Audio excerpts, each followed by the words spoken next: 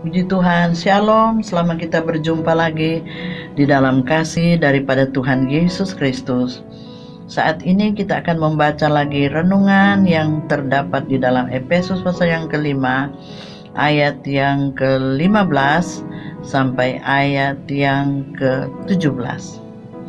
Karena itu, perhatikanlah dengan seksama bagaimana kamu hidup, janganlah seperti orang bebal, tetapi seperti orang arif.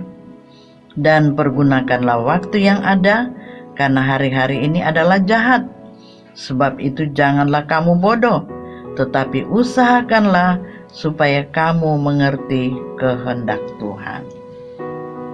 Puji akan nama Tuhan kalau kita sedang mendengarkan firman Tuhan, di mana firman Tuhan ini dapat menuntun lagi, menasehati kita, agar supaya kita mau memperhatikan yaitu kehidupan kita dengan seksama. Ada dua kehidupan di sini, kehidupan secara jasmani maupun kehidupan kita secara rohani. Kadangkala di dalam kehidupan kita, kalau saya bisa melihat realita, kita terlalu memperhatikan kehidupan jasmani, itu tidak salah. Kita terlalu, saudaraku sekalian, mengutamakan yaitu kehidupan secara jasmani. Tapi saya mau ajak kepada saudara, marilah kita ikuti kebenaran firman Allah. Perhatikan dengan seksama bagaimana kamu hidup, jangan seperti orang bebal. Jadi hidup ini harus diperhatikan.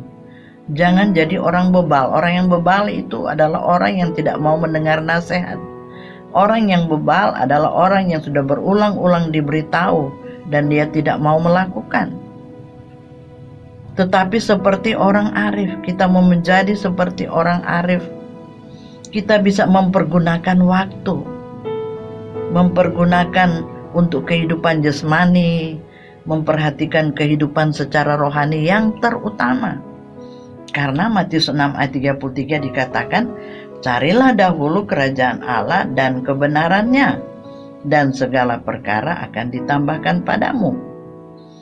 Saudara, Tuhan itu tahu di dalam segala keberadaan kita.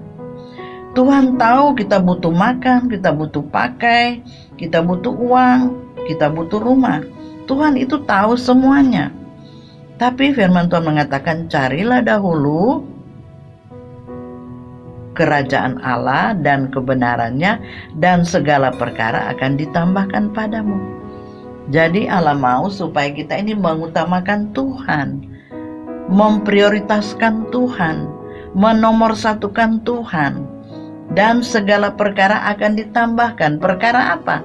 Perkara makan, perkara pakai, perkara rumah, dan segala-galanya akan ditambahkan oleh Tuhan kalau saudara mau memprioritaskan Tuhan, mengutamakan Tuhan. Jangan dibalik firman Allah. Saudara, jangan diputar firman Allah. Cari dahulu yang segala kelihatan ini. Cari dulu untuk kebutuhan kita semuanya, baru mau cari Tuhan. Tidak. Harus mengutamakan Tuhan. Kita harus mengerti kehendak Tuhan. Sebab itu janganlah kamu bodoh. Nah, jangan kita bodoh.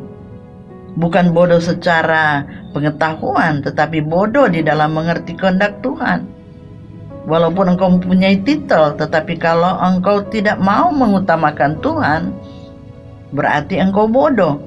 Firman Tuhan katakan, usahakanlah supaya kamu mengerti kehendak Tuhan. Usahakan supaya kita mengerti kehendak Tuhan.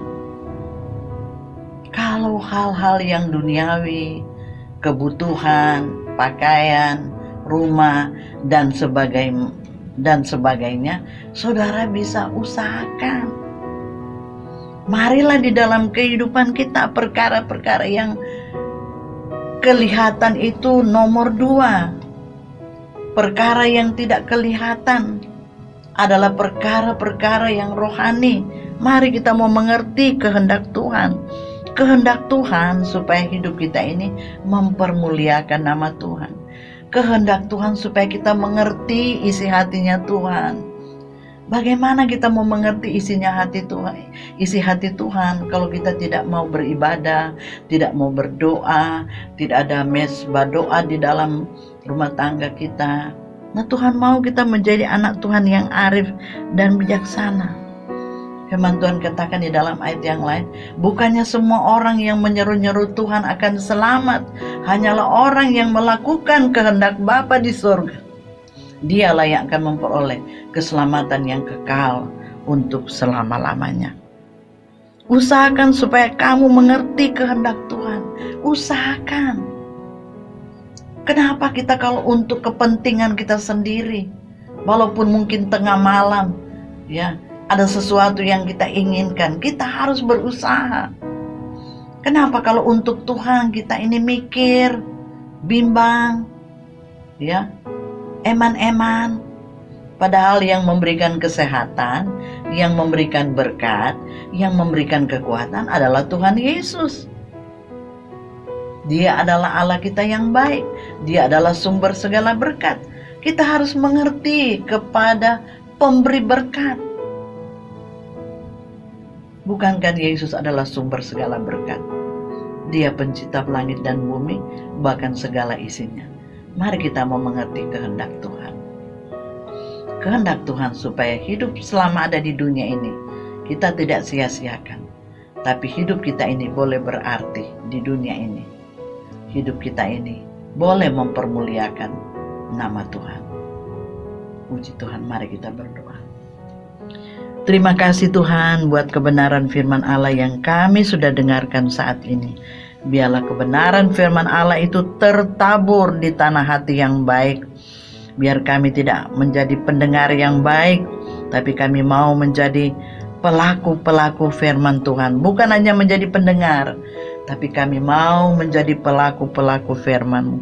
Roh Kudus, tolong kami, mampukan kami Tuhan untuk melakukan kehendak-Mu, supaya di dalamnya nama Tuhan dipermuliakan. Berkatilah semuanya yang sudah mendengarkan firman Tuhan ini dalam nama Yesus. Haleluya. Amin.